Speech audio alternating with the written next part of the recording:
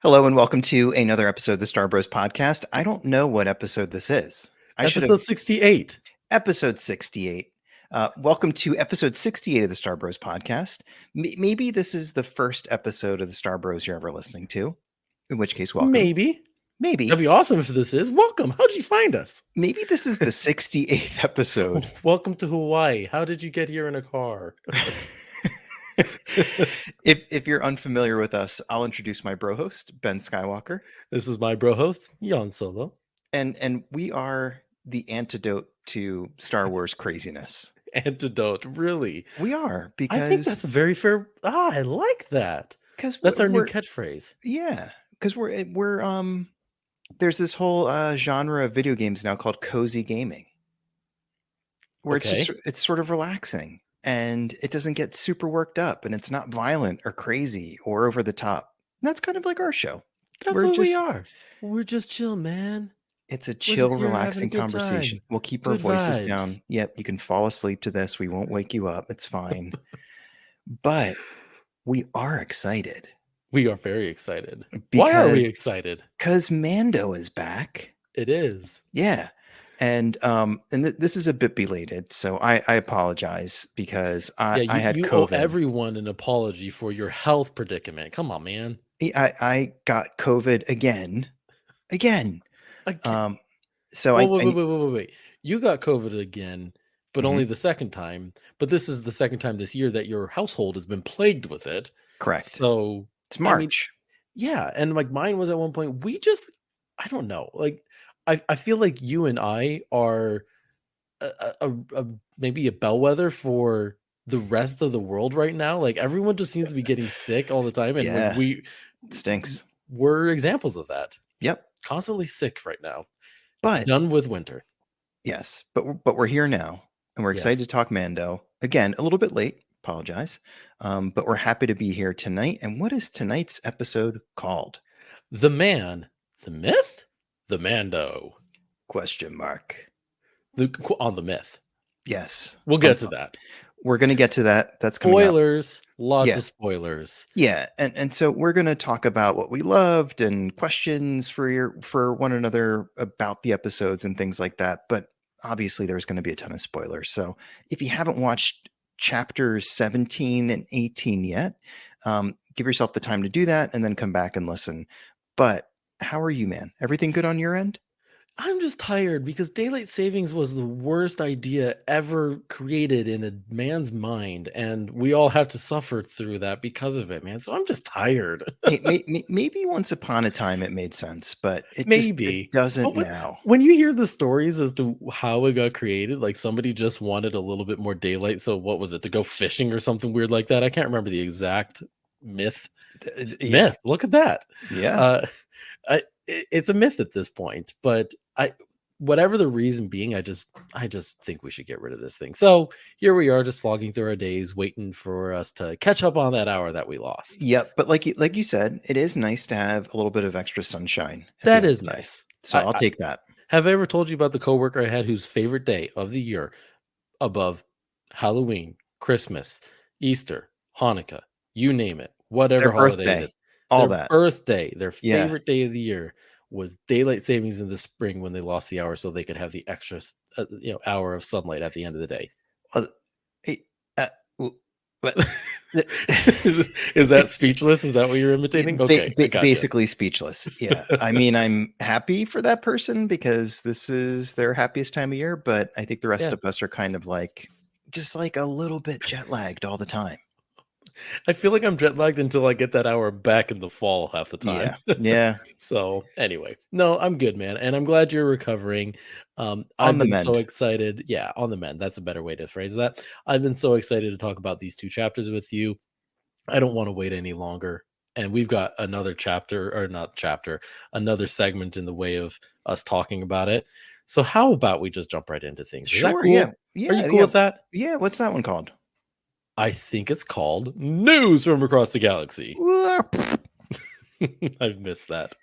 Our little jingle. So where do you want to start? There wasn't a whole lot, but I mean, there's a few things that are. Yeah, worth discussing. there's some nuggets of news out there. I mean, aside from Mando being back, there's a lot of B's in that sentence I just said.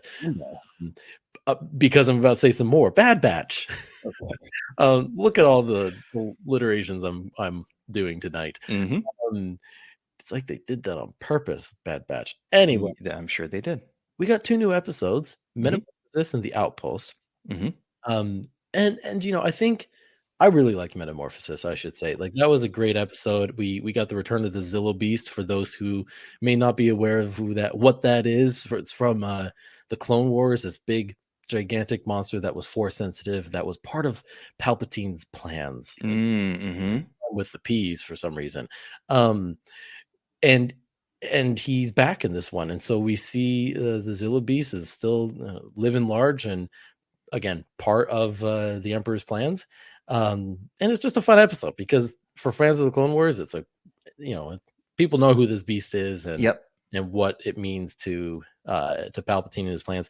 I think the thing I really liked the most was just it brought back the theme of cloning a lot more, Oh, and, cool. and I think it's going to be a big emphasis for the next few episodes. But I should say I had an epiphany watching this one. Really? Just as much as Palpatine is in every single episode and has his fingerprints on the entire Skywalker saga, Mhm. he has it on, or sorry, not he, cloning has it on almost every episode as well, all the way from Mm. 2 to episode 9. It's Oh. just as much a theme in Star Wars as Palpatine is. Like, that's how prevalent it is. We might have to Um, do a cloning episode at some point, we might. Ooh, that's a good idea. Write right? that down. Sorry, movie reference, very obscure. My bad. I'm writing down. Jan had an amazing idea. Yeah, he did. You should take credit for that. And then The Outpost was the other one. Now, this one was some of the best Star Wars ever written. So Um, you told me that before, it is. and that's a big statement It's for a a very lifelong big Star one. Wars fan. I think this is like if George Lucas wrote this, like, or sorry, I should say, this is if George Lucas wrote this. Like, this is like Hmm. that kind of level quality. Um, it's just a really good episode. It's Hunter. It's dark. It's broody. I don't want to say much more about it other than because it's just way too spoilery. Just want to say, people, give this one a chance because this is a really great episode, and it's why we're grateful to get more Star Wars Cool. in this day and age. So, anyway, Bad Batch was great. Encourage everyone to go watch it. What else is on the Cool. news? One thing that I'm pretty excited about. So we're coming up on the 40th anniversary of Return of the Jedi. Hey, we should do an episode on that. We will. I'm sure Write we that will. down. Ben had a good idea. Jan had another amazing. Of course, you would take credit for that. But I've heard that they are going to show it in theaters. That's to be determined exactly what that's going to be. Mhm. But that's not the news. The news is there's a book coming out called From a Certain Point of View, Mhm. and there's 40 different authors who are telling stories from Return of the Jedi from different perspectives, kind of covering different characters' experiences of what we see in the film. Yeah, They put one of these out for A New Hope yep. and Empire Strikes Back, and at long last now we're getting From a Certain Point of View for Return of the Jedi. Somebody that we've personally met, Kristen Baver, Yep, fellow is good. Pennsylvanian. A fellow Pennsylvanian is going to have her first published fiction story in this. She's done Yeah. a ton of great stuff in terms of interviews. She just interviewed Pedro Pascal, I Mhm. think last week, and she's put together anthologies like the High Republic art book I think is she did the Skywalker story, right? the It's kind of like a Skywalker one, in-universe autobiography like or a not auto, biography. but biography, yeah. Yeah. But this is her first piece of original fiction going right into canon. So we're excited for Kristen Baver. But that whole book is probably going to be really cool. It's chock full of a bunch of different authors, and frankly, I hate to admit that I didn't recognize every single one of them. Like, the one that stood out the most was the Kristen's name. But yeah, I didn't I didn't get the chance to read all the stories, but I heard some of the tidbits that came out of them. They're interesting. They're just like, Yeah, huh, it's cool. interesting take. Like, I would imagine this one, someone's going to write a story about a rogue, I don't know, a rogue teddy bear that you really like. I'm expecting Ewoks. 39 Ewok stories. 39 of them. Yeah. I would probably guess like 3 or so at Th least. there's gonna be at least one, right? There's gotta be at Yeah, least one. yeah. There might be something Maybe maybe about, like, one of the characters on the barge, I don't know. it could be something on the barge, but, maybe, in a prior episode, we discussed that I guess it was common knowledge and some people just knew or believed that the Ewoks ate the stormtroopers. Yes. M Like, yeah, of maybe course they it happened. You're like, maybe they cover that in the "Disturbing." book. I don't know. We refer to that as Order 67.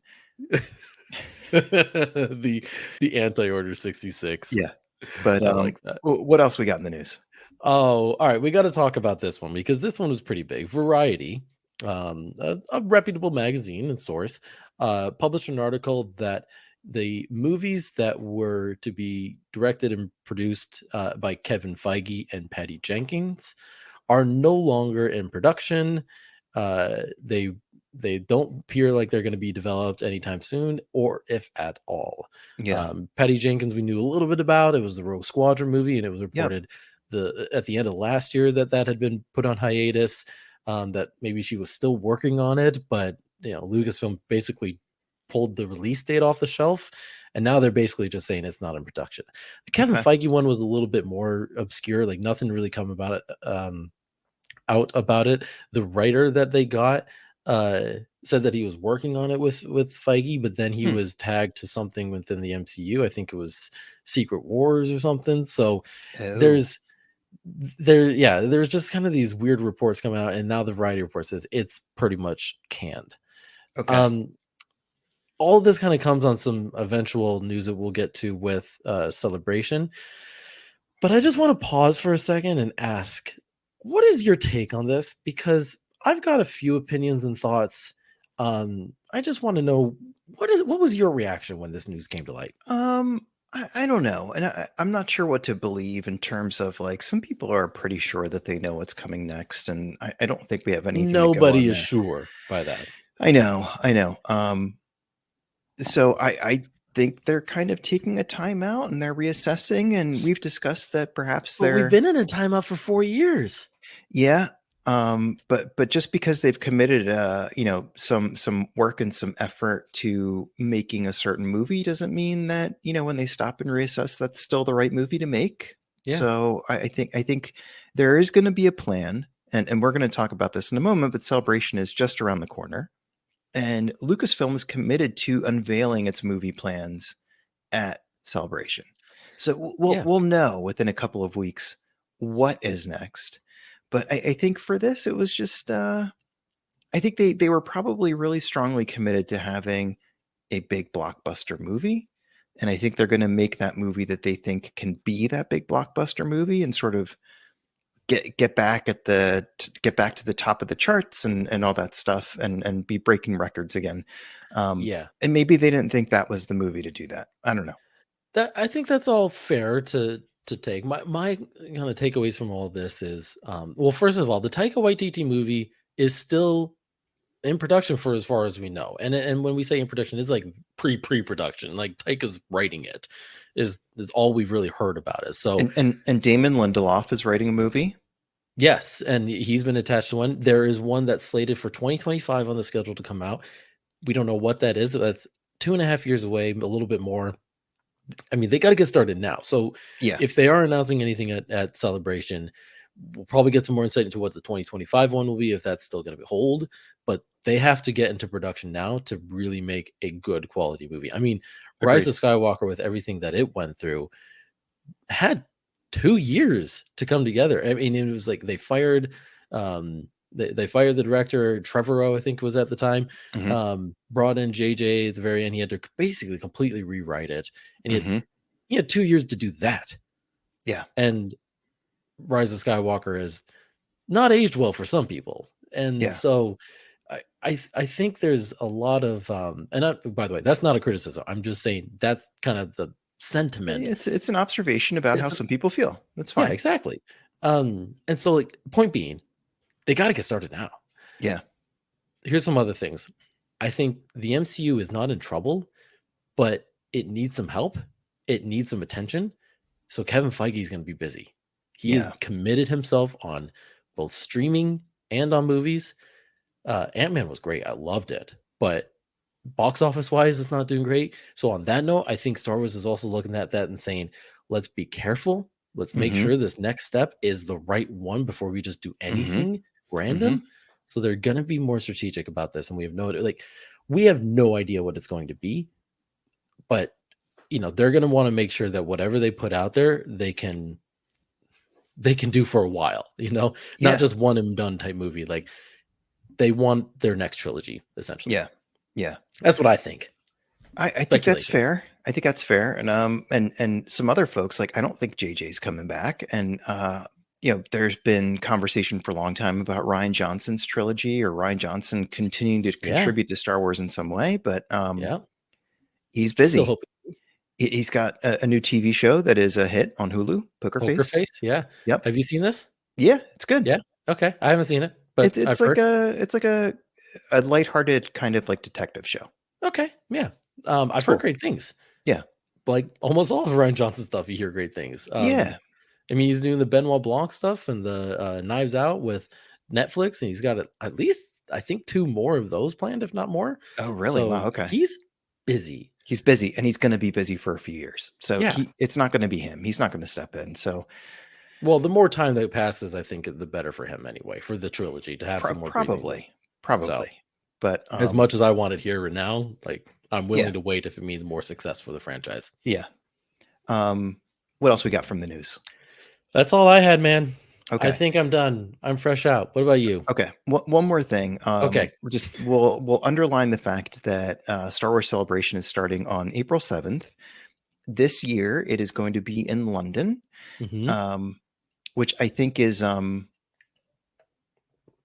in South America. I don't know. Um, What? I'm just, like, pausing, like, where are you I going just with wanted to this? see if you were listening.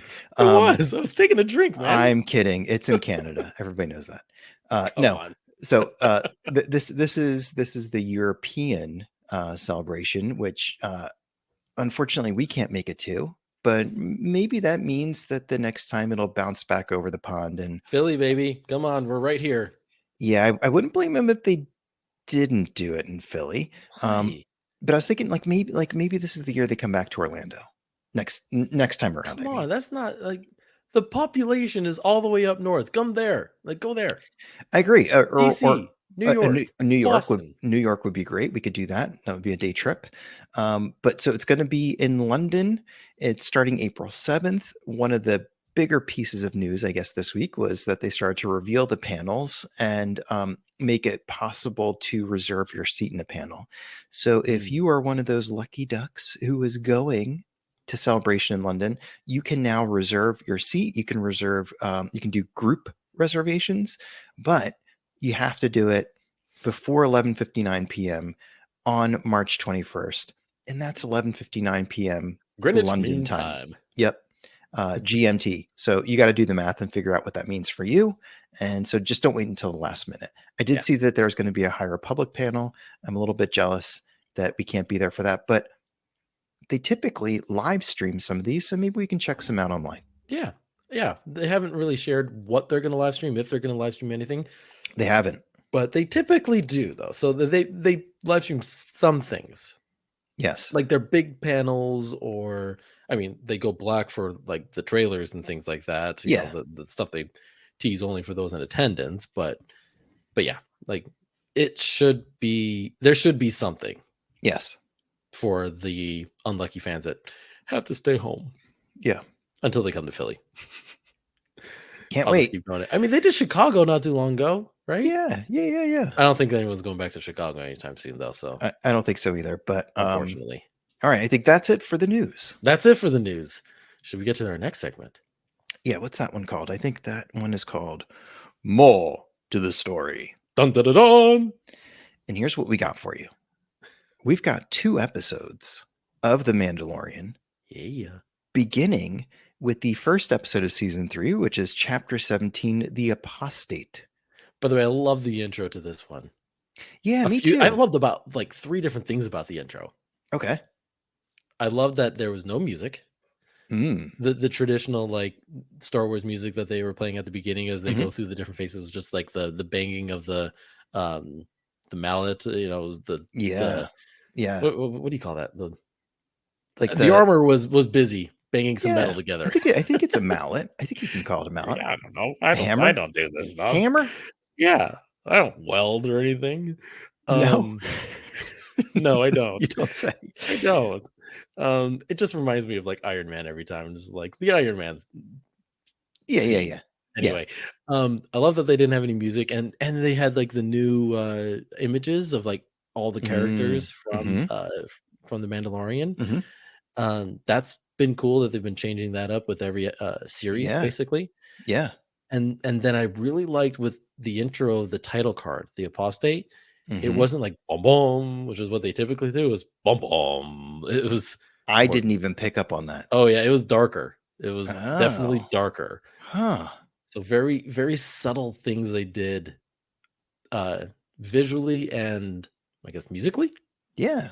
The absence of Okay. So music in one case? that sets the atmosphere, Yeah. and it felt a little bit different. It's a new season, but it's also sort of a new phase in Mando's life that we Yeah. haven't had a chance to dig into yet. I'll just very quickly call out that this one was written by John Favreau Yep. and was directed by Rick Famuyiwa, Yep. who has directed, I think, 3 or 4 or maybe more episodes of The Mandalorian in the past. All the way And since the beginning of season 1. yeah, I mean, goes all the way back to the beginning of this particular series. Mhm. And I think another thing that maybe threw people a little bit was the scene on the beach early on in the episode where the young man is getting his Mandalorian helmet. He's taken the creed. Yep. He's making his commitment, and he's taking the creed. A lot of people thought that that was a flashback. That's what I thought That's what I thought too. Um, until until I thought it was Mando, a young foundling Mando, Yeah. until Mando himself shows up. But a lot of people are speculating that that's Paz's son. Okay. I don't know what they're basing that on. So another member of the Vizsla clan? Another member of the Vizsla clan. Interesting. Um, Okay. yeah, yeah, not really sure what they've got to go on there, but Nothing, that. but it's interesting. Yeah, it's fun. Um, Yeah, we like s- to speculate a little.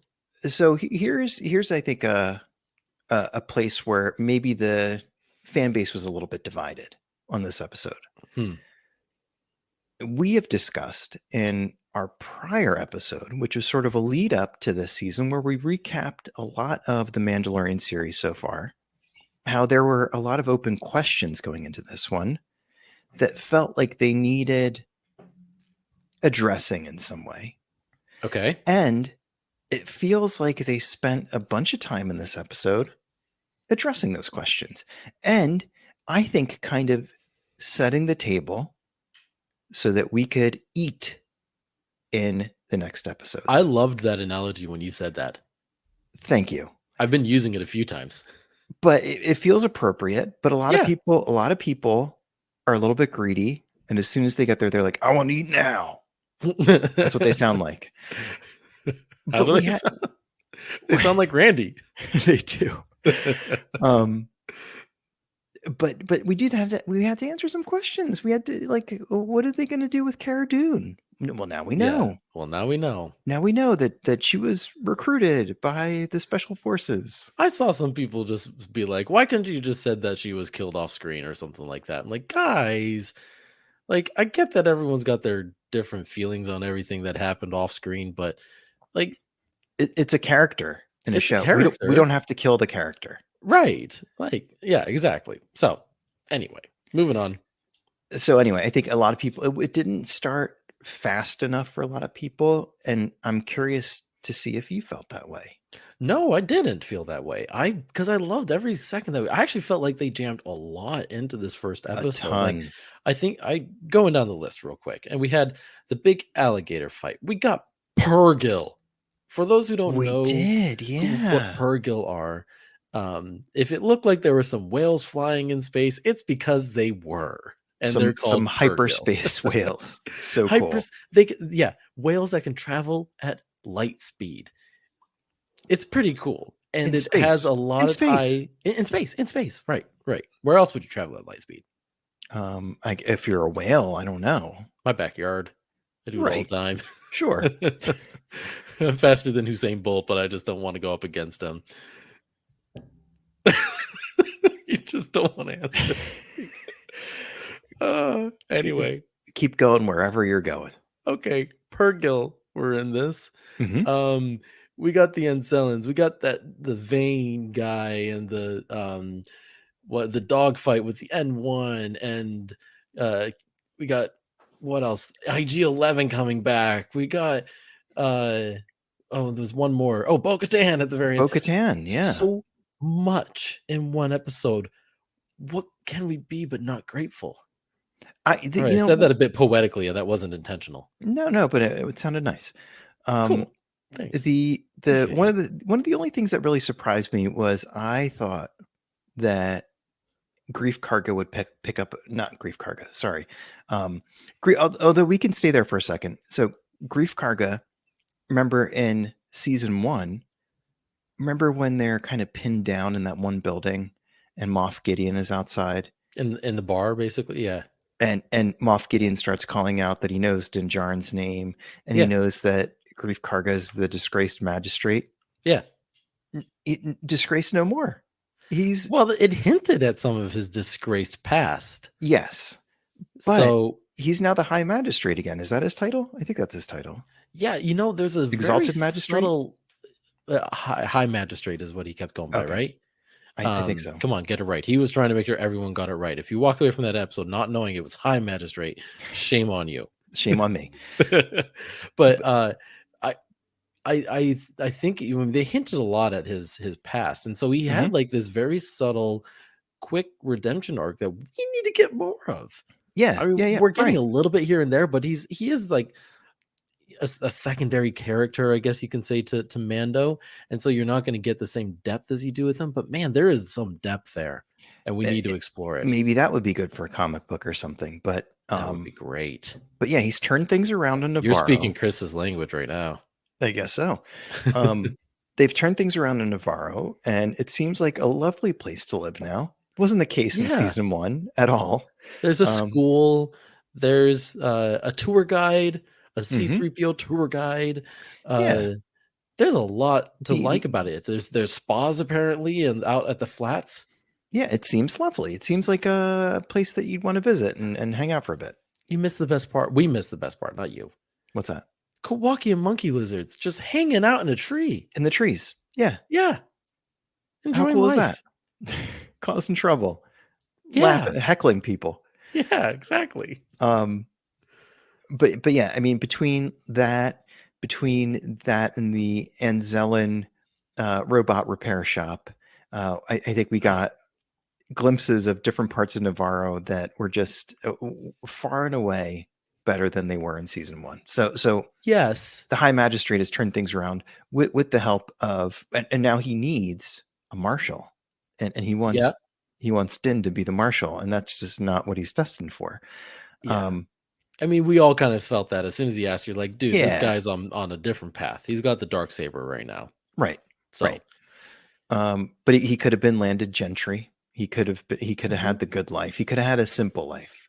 Yeah. Uh, but so yeah, so there's a lot of criticism about this episode, calling But it a little bit too explainy.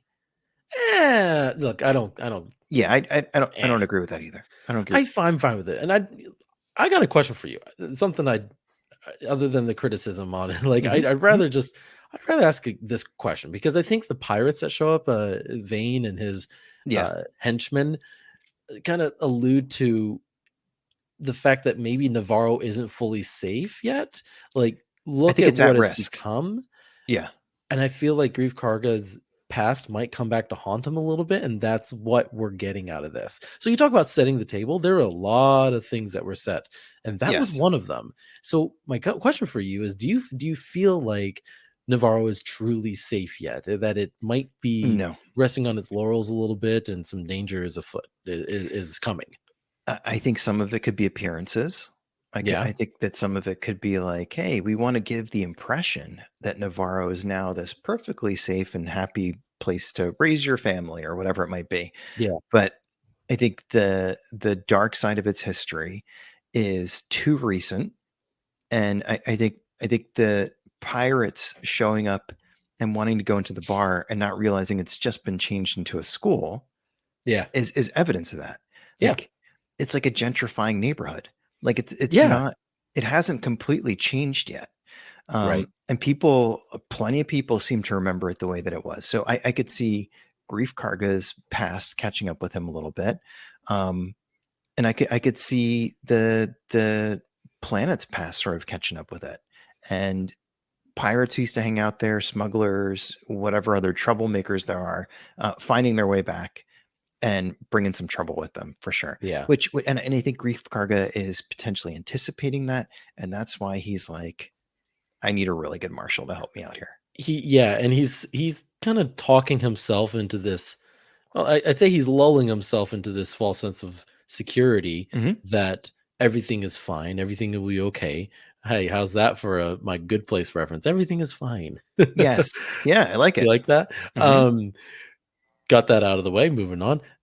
He's lulled himself into this mindset, and it's not true. I mean, you don't introduce someone like Pirate Captain Gorian Shard with that beautiful vegetation of a face that he has. Yeah. I saw on Twitter somebody made a Gorian shard salad. Yeah, that's what it looked like. It looked like he had seaweed face. It was pretty Yeah, amazing. it was cool though. I loved it. But you don't introduce a great character like that without like bringing him back later to Oh, cause a it's little bit of mischief. we'll see him again. I think so. But speculation aside, I think the point is Grief Karga is trying to do everything he can to turn it around, but he's also got a different mission. He doesn't want to just turn this place around. He wants it to be an independent trade route, as you talked about, which Mhm. in his way of saying it, like he's just completely lost faith in the New Republic. He doesn't fully believe in. He doesn't want to be under after the Empire and everything that happened. And he had a bad go with the New Republic Yeah, when he was disgraced. who can blame people? Yeah, I mean, if he really did mess up, like it's on him. But like he doesn't Yeah. really trust the system, Yeah. right? And I don't know. I think anyone in the galaxy is okay to be in that position right now. Like they've always had to fend for themselves. They're in the outer rim. Like nobody comes to help them. Right. So he's trying to keep law and order on his own without the help of the New Republic. He doesn't want it. And that's gonna just be a really difficult predicament for him, I think. I think that's right. So I think we'll be back there. And Yeah. episode 18, episode 19, I think both have directors who are brand new to The Mandalorian. But I saw that episode 20, chapter 20, is going to be another Carl Weathers. Yeah, back to Carl. Yeah, exactly. Yeah. So maybe and he'll direct. He was in his last one that he directed in season 2. Yeah, which was a really good episode. It was a great episode. Yeah. Awesome action and stuff. He's in his own episode. Precedence has been set. So maybe we'll kind of go around and follow Mando's story a little bit and Grogu's story for a bit. Maybe we'll find our way back to Navarro by chapter 20, maybe sooner. I don't know. But so what else from this episode jumped out at you as entertaining, surprising? Was there something you were expecting in this episode that you didn't necessarily get? I mean, we kind of really quickly, other than mentioning the taking on the Creed, we skipped over the alligator-like character at the very beginning, the animal that they have to fight off. Like that was fun, cool. It was really a way to like introduce the Mandalorian back, and it was just funny how cold that reception was from the armorer when he comes back. He's just like, "Hey, I helped kill that alligator for you and save a bunch of people. Aren't you happy?" He's just like, "You removed your helmet." I know. Like he's not getting out of this one easy. No, he's not. That crocodile thing, by the way, on Wikipedia is, I think, referred to as a dino turtle. A dino turtle. Yeah. Okay. I guess I can see it, but not what I would have guessed it was called. Yeah. But you're right. The armor is holding the line. She's not budged a little bit. She is taking him to task. I don't have to see her facial expression under that helmet to know that even despite him blowing this animal to shreds, she is not impressed. She's not impressed. She is disappointed. Yeah. Um, There's just a scowl of disappoint on her face. Totally. And Mando feels that. And Mando Mhm. is like, wow, I really gotta make this right. Yeah. I gotta do what I gotta do, even if it means sort of chasing what some people think is a fairy tale. I gotta go do that because I gotta Yeah. make things right. Yeah. And I think a lot of other stuff is sort of getting set into motion for the rest of this season. But that was I think a very important interaction that's kind of showing that Mando is still in that same place, like mentally and emotionally. He's still committed to I'm going to be a full-fledged Mandalorian again, even if it means I got to run all over the galaxy to figure out how to atone. Mhm. He does not want to be an apostate. Do you say an apostate, or do you say he doesn't want to be apostate? An apostate. And apostate, because it's the apostate, the name of the episode, right? Yes. Yes. So yeah. You're right. Yeah. Is it apostate? Is Moving on. I know when not to enter to fall into your traps. Oh man, I will set others. That's a trap. Yep. Um anyway, that's not the end of this episode, people. Don't tune Nope. out yet. Nope. But he's still in that same place where we kind of left him in like season 2.5, Book of Boba Yeah. Fett, where he still really believes in the creed and he wants to be a full-fledged Mandalorian. It's funny because I feel like he was made to doubt it a bit in season 2. Yeah. So I think he was kind of like I don't know. I think he was getting confident in who he was. And I think, see like meeting Bo-Katan and the others and seeing that they took off their helmets and maybe being a Mandalorian is not just the things on the outside, but this sounds like an after school special, but maybe it's what's inside. Maybe the Mandalorian was what was inside us all along. And so I felt like he was going in that direction, but gosh, no, I think maybe he's having some type of crisis or something, but he's really committed to like following the steps the way the armor has laid them out. yeah. Yeah. And I'm conflicted, I will say. Okay. Some days I'm like, I hope he gets redeemed and rejoins the Mandalorians, but I'm like, something's gotta change, right? Like this Yeah. can't be the way. The whole every bit of what she's saying is the way, and I don't know. I'm just feeling as if there's more to him finding out his own path in all this. Like that when you have a titular character like him, like the whole entire point of them is to find their own path. And so for I him to think just like so. follow the Mandalorian creed exactly as he's been taught forever feels like you're leaving some development personally on the table. I totally agree. And I love the armor. One of my favorite characters in the show. Mhm. Just think it's just such a cool kind of idea. And I forgive me, I don't remember the actress's name, but I think she's great in it. Oh gosh. Yeah, sorry. But Keep going. like, so who are you? Who, like, why does the armor get to dictate And Din Djarin's life? and I'm thinking back to the Clone Wars and the series I'm talking about, and all the Mandalorians that did. I think this Not is when like you actually fought in the Clone Wars. no, not when I fought the Clone Wars side by side with Obi-Wan. No, not that one. uh, no, I just think back to you made me lose my train of thought, man. Yes. Well done. I'm making a note. He is easy to distract. Yes. I don't know. I don't know what I was trying to say. Thank you for that. We're talking about the armor and who is she to have this power to I remember now.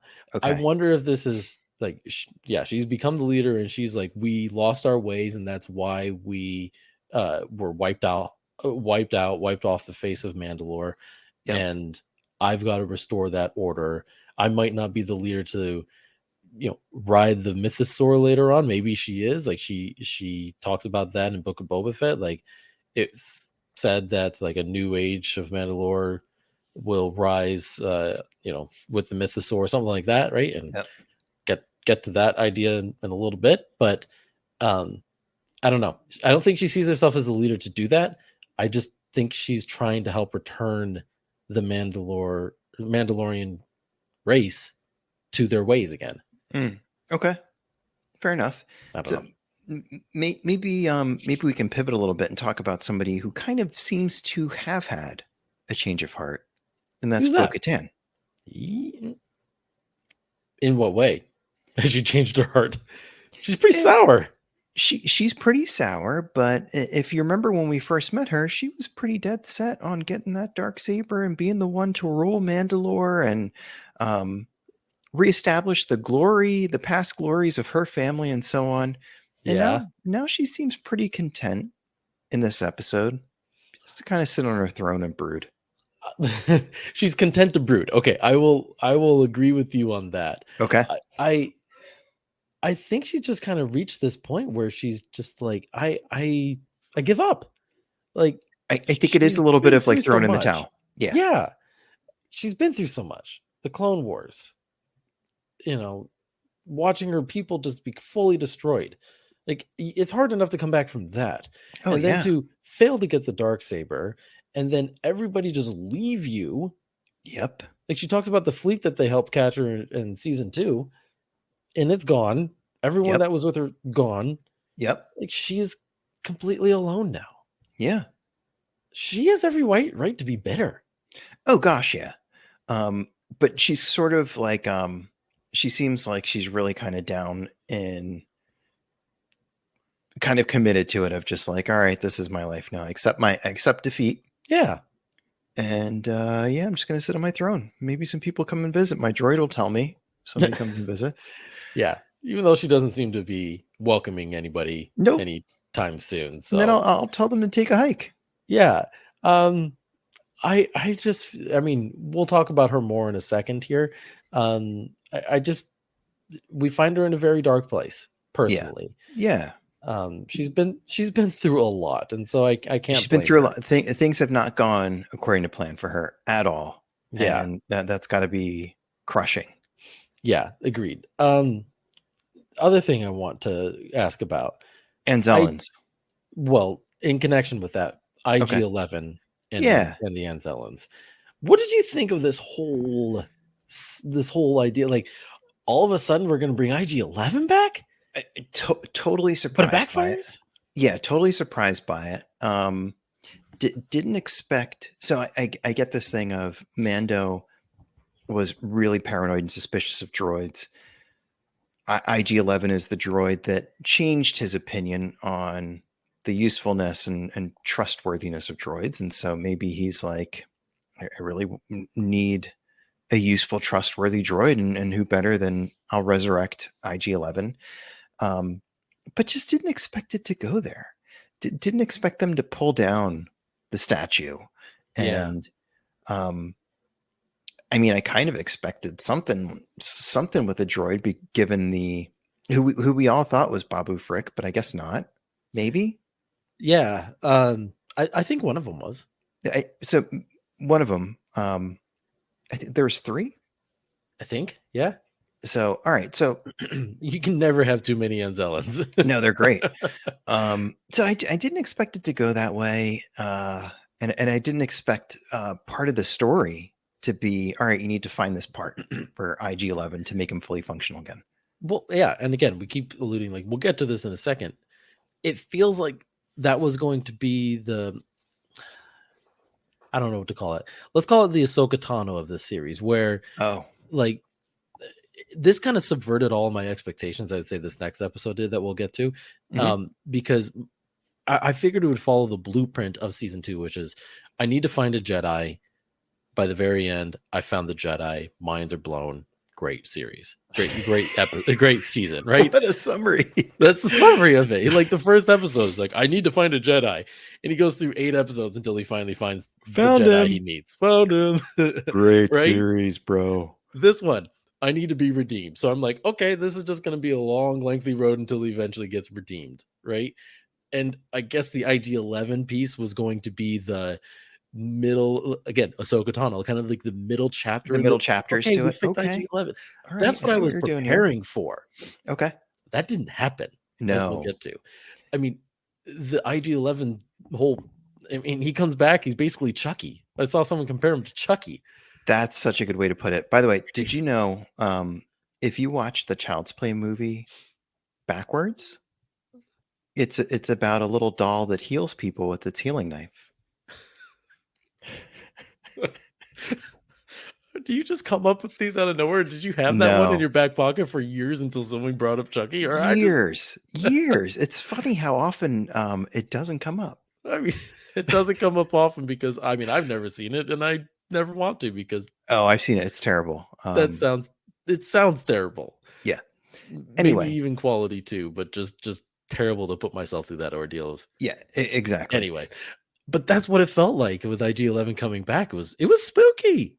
It was a Not little gonna bit. call it So, anything else. is it kind of a fake out? Is it kind of like people went into that episode thinking like, okay, here's where it's going to go, and this is going to be a major arc to this season that's going to lead us to the next one, and Yeah, that's what I thought. But yeah, I mean, uh, we'll get to this, but he abandons those plans and just goes with R5, I guess.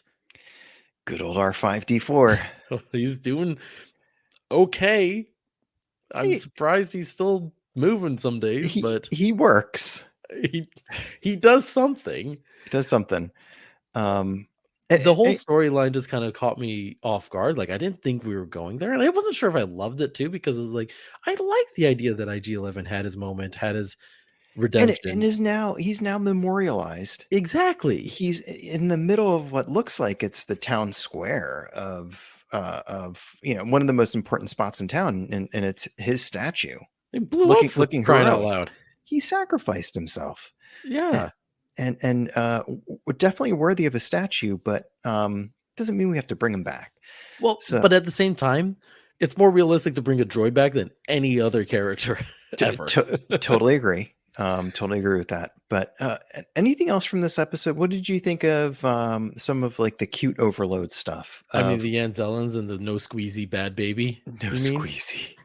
So you guys at home may have seen Oh. Star Wars and Disney Plus have put out a bunch of different like still frame shots from the series thus far on different days, just to kind of like build the hype a little bit. And Yep. one of them was just the three Anzellans together, and Yeah. it looks like a band. Yeah. And Like so Boys to Men or something, you know? so people started making like album covers and like tour posters. One of them was like the Anzellans new single No Squeezy.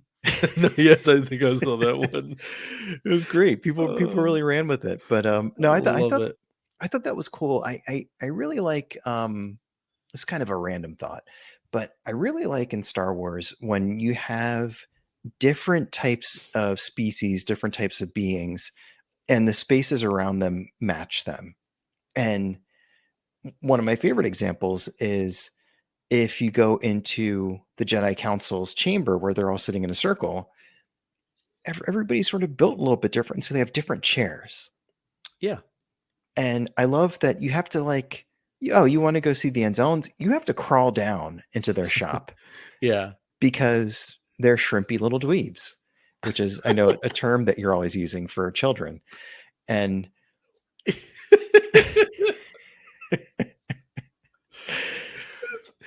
It's really not. I've taught it's you not. this. It's I've not. taught you this before. Come on. It's I'm not. kidding. But Uh, I loved seeing like Mando sort of hunched down in there, like trying to squeeze in there, and yeah, Grief Karga, like you can see people's feet going by and whatever. And so I like that quite a bit. I agree. It was great. I hope we get more of them because that's all we deserve at this point. More Yeah. Anzellans. Yeah. I have one more question for you, and then we can move on. Okay. Other than just, I mean, I've already like told you how much I love the N1 dogfight. That was just a fun moment. Purgil, Yeah. Easter egg or more to it? Oh, my first reaction was Easter egg, but maybe that question is onto something. Maybe there is more to it. I don't know. Yeah, I think it's a bit of both. I wonder if it's just an Easter egg for this series, and Yep, then we'll get them for Ahsoka, could be. because we know that It's some all connected, characters from man. Rebels are coming back, so Yep. and there's connection to, oh gosh, just forgot his name. What's the main guy in that one? In It's Rebels, he's Ezra? Ezra, thank you. There's connection to Ezra, so everyone was putting memes out there of, like, Ezra on the back of one with Yeah. Thrawn. Yes. So What was that? we need to finish our, coverage of Rebels to find out. Okay. All right. So, but that was a little bit just funny. It was Yeah. a little obscure. Anyway, um, so that's my take on it. How Okay. about we get to the next chapter, The Mines of Mandalore? Maybe one last thing real quick that kind of No. carries over. Um, I'm gonna power through anyway. One of the Dweeb. things that felt a little bit different this time around that we hadn't really seen before is you see Din teaching Grogu things, Oh, yeah, he was full dad mode, you're right. taking the time to explain stuff, teach him, hey, if you're gonna be a Mandalorian, if you're gonna hang out with me, like you need to be able to read a map. Yeah, and You, he's like it's like the dad, like, son sitting on dad's lap learning to drive the car, yeah, or let me teach you how to navigate a map or yeah. GPS. Or here's a life lesson: never trust a pirate. Like stuff like Yeah. that. Yeah. Like he's trying to impart some fatherly wisdom on him, Isn't that which is pretty beautiful? cool. Yeah, it's I really cool. I wrote that he just wrote full dad mode. That's why I said it. I was like, I picked Yeah, up on that, and that's what I called it. yeah, I love it. And we see more of it in this next episode here, and maybe we can transition to episode 18, which was called "The Mines of Mandalore," I already said that, man. um, You just had to one up me and say it better? Fine. which was directed by Rachel Morrison, who you Yes. may know because she was the cinematographer for Black Panther, Oh, yeah, that's right. I think yep, yep. and it was Know written her well. again by Jean Favreau. Oh, that guy I do know well. Yeah. Um, crazy stuff in this one. I feel like the series went from like we're warming up to we're throwing it all at you. Yeah, it was again, right? I like I said, subverted my expectations on Hmm. where this was going. Hmm. Here we are. We're going to Tatooine to meet an old friend, Pelly. Yep. And here I am thinking we're back on Tatooine. We're probably going to get Boba in this episode. We're going to get this path towards getting the memory unit that he needs for IG-11. Yep. Wheels are in motion. Just kidding. We're going to take our 5D4 with us. And it was cool that we got there on Bunta Eve, Moon Eve, yes. Yeah. which most of you guys will know from in the Phantom Menace. The pod race takes place during the Bunta Eve Classic. I think the pod That's race right. is called the Bunta Eve It Classic. is. Yes. But Bunta Eve is a big celebration on Tatooine. There's fireworks and lots of celebrating, and um, Pelimoto uses it as an opportunity to price gouge tourists and stuff like Oh, that. that And was amazing. so it's pretty realistic in some ways. It's very realistic in some ways, because when I was living over in Europe, Uh-huh. that happened to me all the time. People would just go around and pull off hubcaps from everyone's car, and then you'd go and buy them back. Oh my gosh. That happened to me. Like, we got our hubcap stolen, and then we just went to a place and bought some used ones, and we're like, "How much do you wanna bet these are ours?" Oh gosh, yeah, yeah. There's a place in New York that's infamous for because the thing that they steal is off your side mirrors. They just pluck the mirror part off. Oh, that's awful. Yeah, and then you go to this place in the Bronx. I think it is. This It's place in the late, folks. yeah, it's a little bit late. This place in the Bronx, and what Way do you past know? Colin's bedtime. Way past my bedtime. But, like, you go to this place, and what do you know? They have exactly what you need, and it's like, what are the odds that Miracle! yeah, and you can have, like, an obscure car or whatever, and you'll be like, you don't have, a 1986 Chevy Spectrum right side mirror, and they're like, "Yeah, we do." And I it's like, just so happened to get one just last night. it just the Jawas just came in, and I just bought it from them. Exactly. And you know what? It looks like Pelimoto is taking a page out of the Bronx's book, because Yes. that's what they're Yep. doing. That's what she's Or doing. Belgium in my case. Yeah. Um, But but yeah, that she was a sells him R5D4. yeah, and that was a nice fun surprise that this this old droid that, this old droid that thinks he could Mhm. is still moving and grooving and scared of everything and Yes. falling apart, like all the Yeah. above. Um, And who is R5D4 for our friends who are maybe newer to the galaxy? yeah, he is the droid on in A New Hope when the He's Jawas are the selling the astromech to Lars on the farm. Mhm. R5 is the one that starts rolling with them and C3PO, and then he loses his motivator. Yep. So, Big puff of smoke and yeah, and that was that. but But then that's how R2 gets back in the fold. So thank goodness for that puff of smoke. yeah, he played an important role there. And we've discussed in a prior episode, but in the expanded universe, there was a comic book where R5D4 was actually force sensitive and has a premonition where in that scene when he sees Luke and Lars, he in his little robot mind predicts all of the Skywalker saga. And that's why he loses his motivator. Maybe. Um, If he doesn't lose his motivator, the Death Star does not get destroyed. I'm just saying, right. Right. It's a good right? point. Just Um, think of all that. everyday hero. Yeah, yeah. Takes one for the team. He does. So Din and Grogu have their happy reunion with Pelimoto, who sells him this bum droid, and And off they go to Mandalore. that quick? Here we go. Again, the Yeah, thing I thought we weren't getting until like midway through the season or near episode the end. 2. Here we go in episode 2. Yeah, and remember, it's supposedly poisoned, and it's been ravaged by conflict and all that stuff, and they fly through this crazy thundercloud thing, and then all of a sudden it's like, well, there it is. There's this planet that has been completely destroyed. And my question for you, because I mean, we see some uh, scenes of Mandalore in the Clone Wars and stuff. Yep. So, um, what was your reaction when you saw the city? When you saw what it had become? Is that what you expected to see? Were you excited to see it? Were you like just what was your reaction? I think a little bit of what I expected to see. It reminded me of a lot of images you see of war where just blown out buildings and whatever. But Yeah. um, I think the thing that was like really stark about it was how abandoned it looked.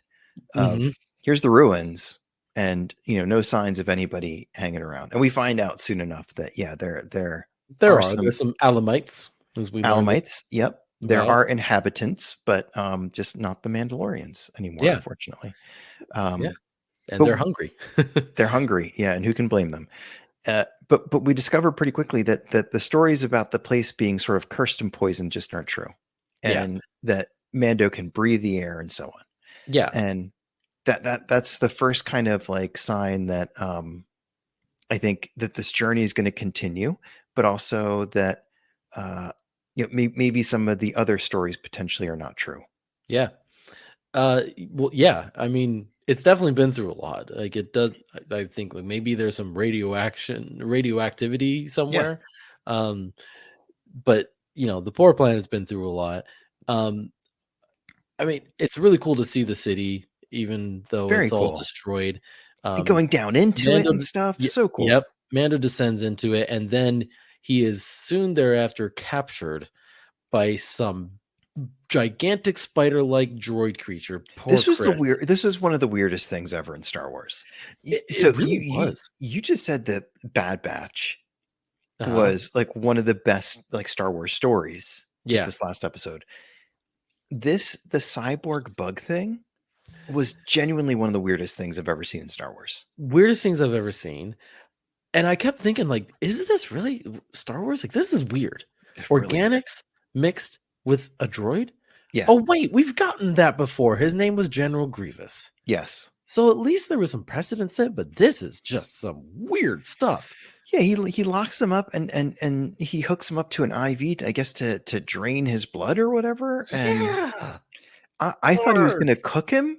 Like I thought he was gonna like Same. rotisserie him or something. On a But spit, yeah. yeah, but It was what? weird. I just I wanted to get your thoughts on this. Again, I connected to General Grievous not the first time. It took me a bit to like really make that connection, but so different still because couldn't speak or didn't speak at Didn't least. speak. I didn't make that connection. I was blown away by like, all right, whoever this little dude is, he can sort of switch out his cyborg body for whatever the task is at hand, Yeah. but it just kind of getting cut down to size, and then at the end when he's just like a little like bug thing and scuttles away. And the other thing that got me was when it showed his eye, it was Yeah. clear that it was like I was like, "Is this a robot? What is this?" And Right, and then then we it saw the backs eye. out and it's like Yeah, yeah, it takes on a new form. yeah, It's weird, man. It's probably like you said, one of the weirdest things I've ever seen in Star Wars. And his first day on Mandalore, he runs into that thing.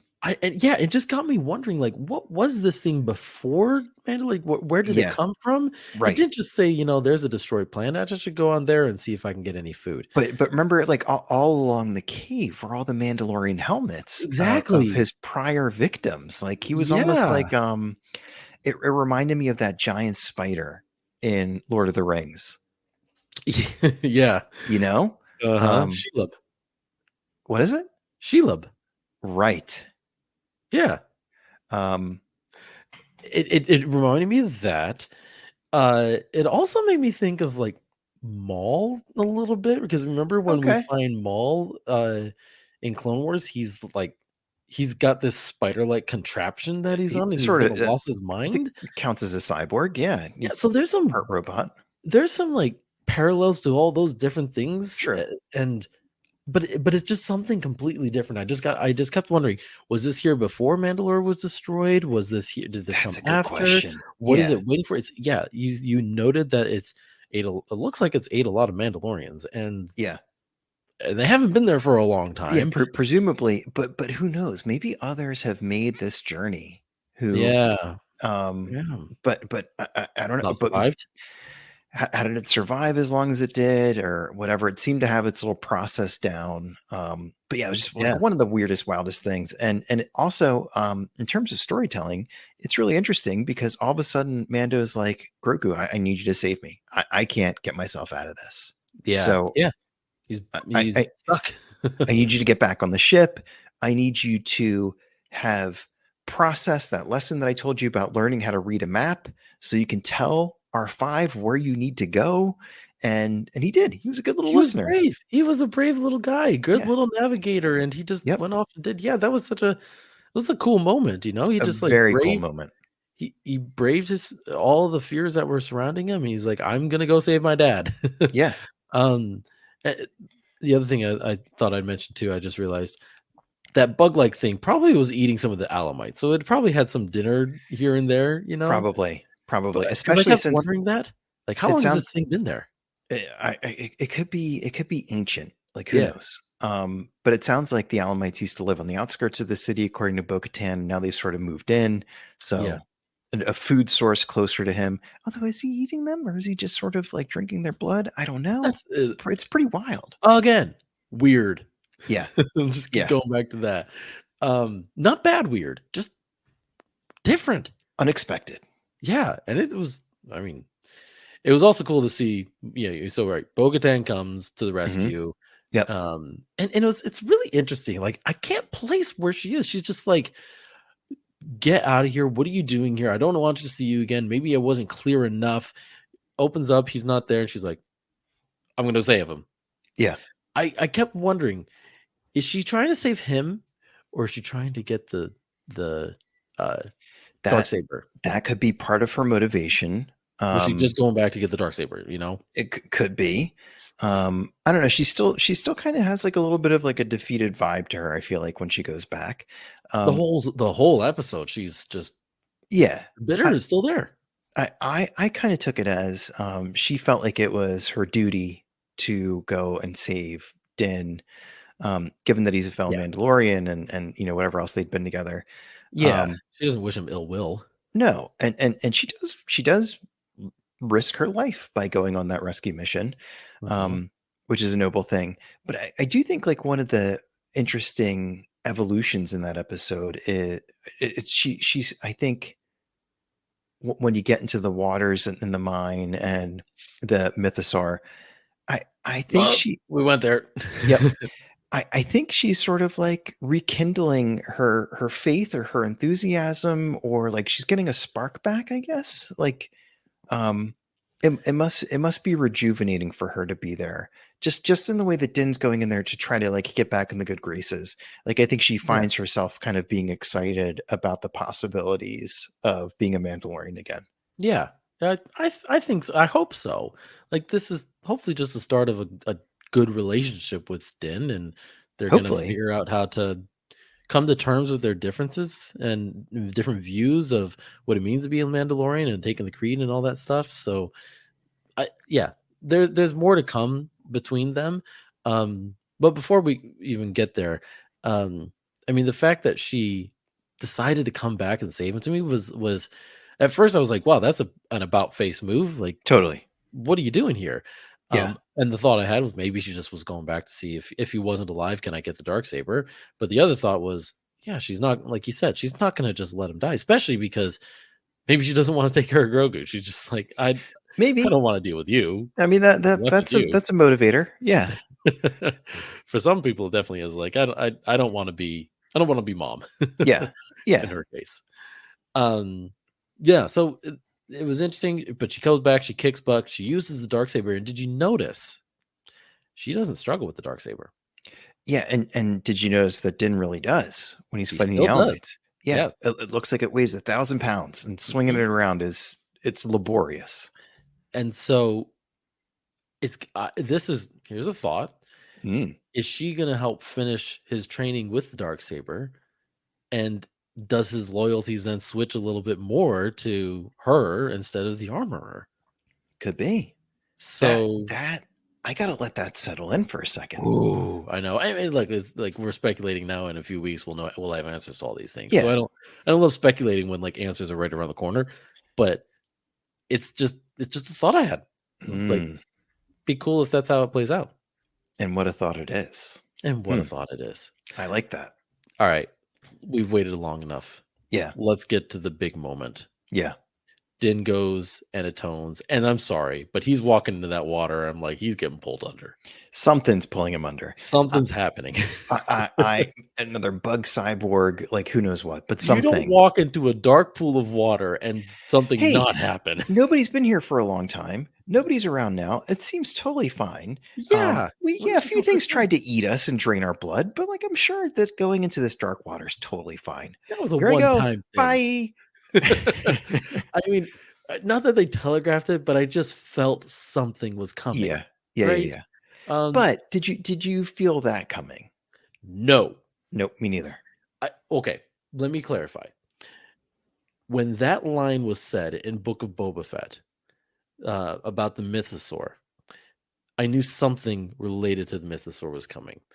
When the line was said in season 1, like, your ancestors by Quill, your Yeah. ancestors rode the great mythosaur, something to that effect, like, Yeah, yeah. not verbatim. I knew the mythosaur has to get tied in here somehow, right? Right? I thought it was gonna be like they found the skull. Yeah. I Something. I I don't know. I I just felt something would always come. yeah. So it was in the back of my mind, and I'm sorry. I might get to the point where I skip the intro because, 1, I don't need it personally. I know what happened. Mhm. And 2, they spoil things Yeah. at the very beginning sometimes with that. They teased it with the Mizor at the very beginning. I missed it. Oh, yeah, it's like, you watch the intro and they show the line uh, from Book of Boba Fett. I might have been getting settled in with my popcorn or something. I missed that. Yeah, so I'm they glad I do did. stuff like that. Yeah, me too, but, like, I almost want them to stop doing that. Yeah. I don't blame you. I mean, they kinda do by allowing you to skip it, but That's Anyway, true, but, like, I never skip that stuff. I I don't know. never do too, but then now I'm starting to want to. Okay. Yeah, that's fair. Um, but so he steps in his act of atonement, and all he had to do was bathe in the waters, of the mines of Mandalore, and immediately gets pulled under. We don't know what's going on, and Bo-Katan jumps in, and you can see he's not just gotten pulled, like, under the water, like, he's way down there. Mm, mhm, They th and so what could possibly pull you down that far that quickly?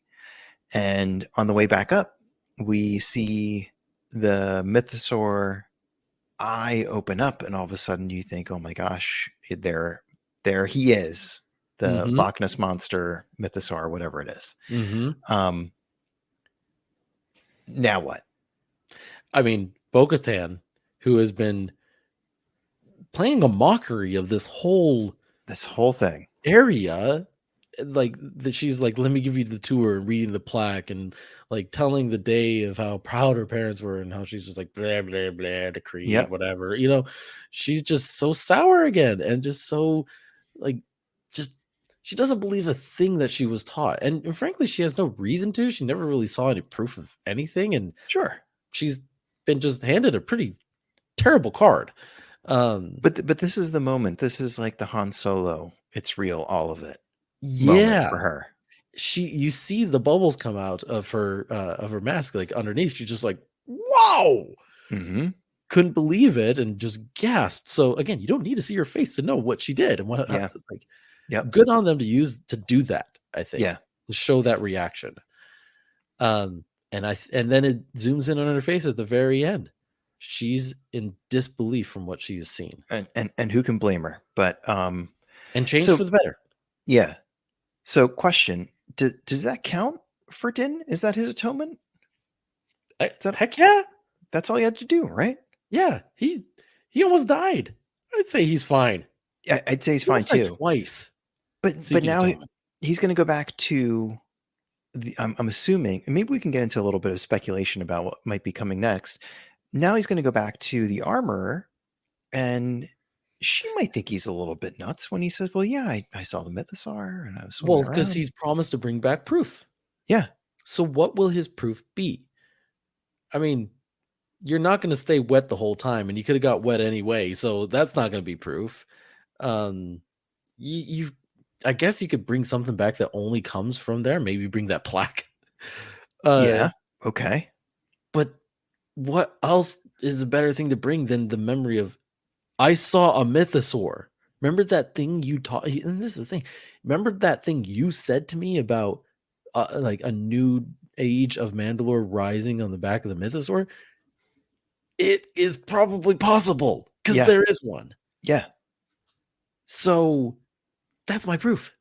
yeah, It's up to her to believe it, though. right. So she might have some questions, she might have some doubts. Um, I don't know. Maybe they'll film an Instagram reel riding the mythosaur around. Yeah. All I can say is these 2 episodes, like I have said, have subverted my expectations of what this season is going to be This whole thing. in a I totally agree. very great way. I love that they got to this point soon because Yeah. now I'm going, "What could come next?"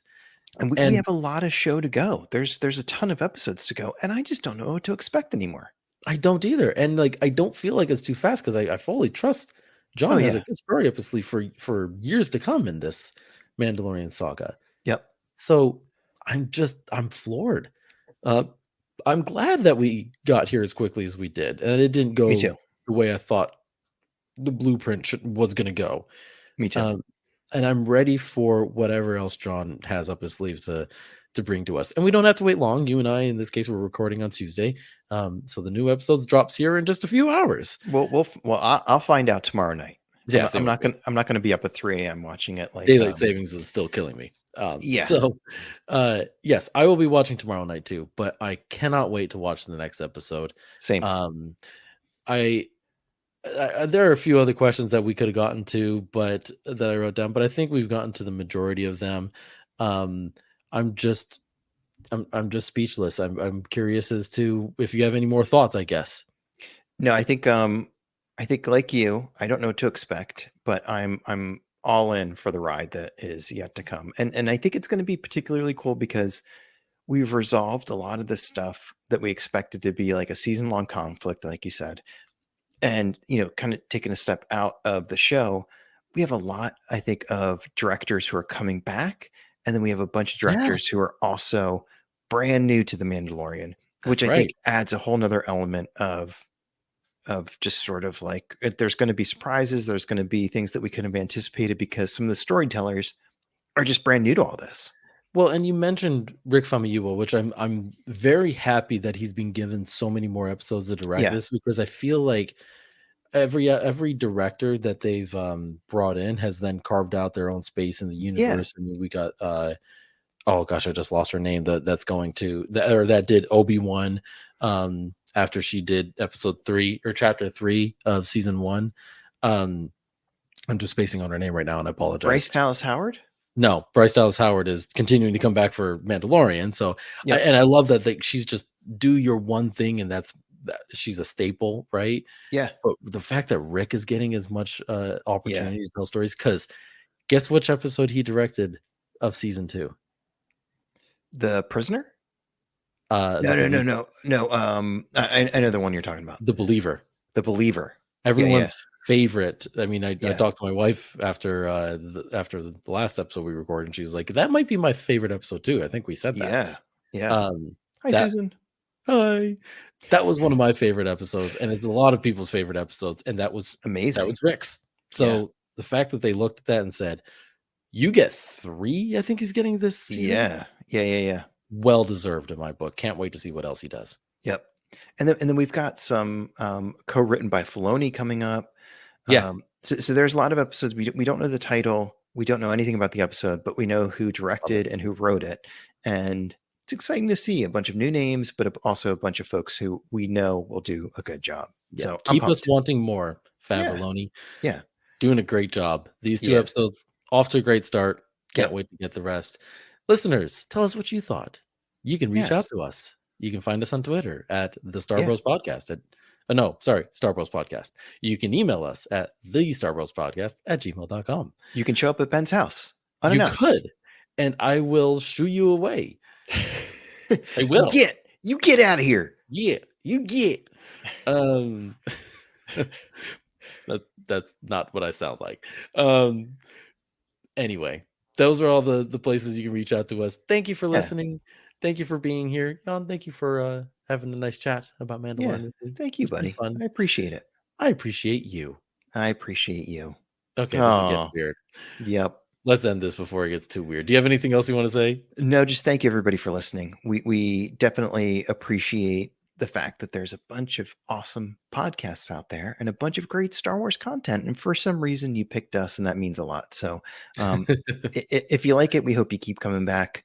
If there's something that you want to hear us talk about, then you can reach out to us on Twitter or send us an email. Don't show up at Ben's house. Show up at my house. Okay. but we You're just there. we genuinely appreciate you guys. So thanks Yes. for being along for the ride. Yes. Thank you. All the above. Echo what you Hmm. said. Hmm. And on that note, let's wrap this thing up. Let's do that. I think How it's my about turn it is your turn. to say it's a wrap. Oh, that was low this time. Bravo. It was the little bit of the COVID coming back. I liked it.